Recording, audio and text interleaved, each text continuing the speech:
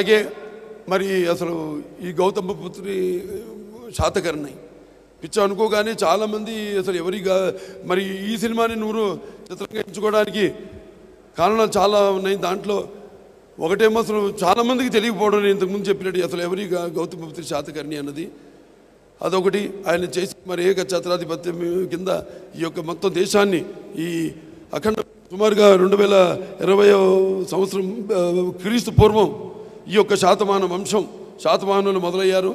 దానికి ఆద్యుడు శ్రీముఖుడు. దాని తర్వాత ఒక 420 సంవత్సరాలు పరిపాలించారు వాళ్ళు. అందులో 23వ రాజు ఈ గౌతమపుత్రి శాతకర్ణుడు.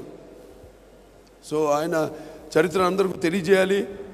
ఏదైతే ఒక మంచి అవకాశం, అన్నీ తెలిసిన కథలే, తెలియని కథలైతేనే, తెలియని కథలంటే ఒట్టి ఊరికే పుక్కడి పురాణాల్లా కాకుండా ఒక దానివల్ల ఒక మంచి జరగాలని, అంటే ఒక నేను చెప్పినట్టు తెలుగు జాతి అలాగే తెలుగు కీర్తిని స్ఫూర్తిని పెంచడానికి మన తెలుగు భాష సంస్కృతి సాంప్రదాయాల్ని ఎలాగైతే చాటి చెప్పాడో ఆయన మహానుభావుడు నందమూరి తారక రామారావు గారు.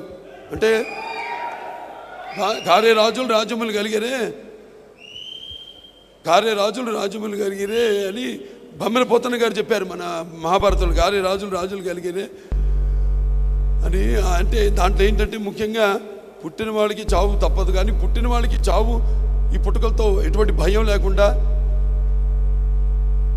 ఉండేవాళ్ళే శాశ్వతంగా నిలిచిపోయేవాళ్ళు, వాళ్ళే దైవాంశ సంభూతులు అని సభాముఖంగా తెలియజేసుకుంటూ అటువంటి వారిలో నాకు తెలిసింది ఆది శంకరాచార్యులు వారు, లేకపోతే ఒక మధ్యాచార్యులు వారు, లేకపోతే ఒక వివేకానందుడు, ఒక గాంధీ, ఒక ఎన్టీఆర్, ఒక గౌతమపుత్రి శాతకర్ణుడు. అలాగే ఈ యొక్క సామ్రాజ్యం విస్తరణ అప్పుడు అశోక చక్రవర్తి మరణానంతరం ఆ తర్వాత ఈ ఆంధ్రులంతా కూడా ఈ యొక్క విశాలమైన ఈ ఆంధ్ర మహా సామ్రాజ్యాన్ని స్థాపించారు.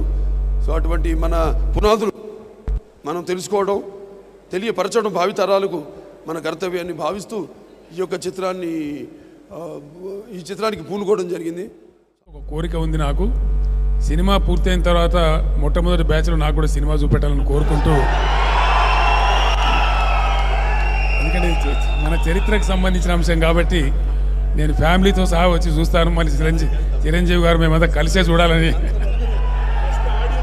ఫస్ట్ ఆడియన్స్ ఈ బ్యాచ్, స్టేజ్ మీద ఉన్న బ్యాచే ఫస్ట్ ఆడియన్స్ కావాలని చెప్పి అందుకు అవకాశం బాలకృష్ణ గారు కల్పించాలి, దర్శకులు గారు కల్పించాలని కోరుకుంటూ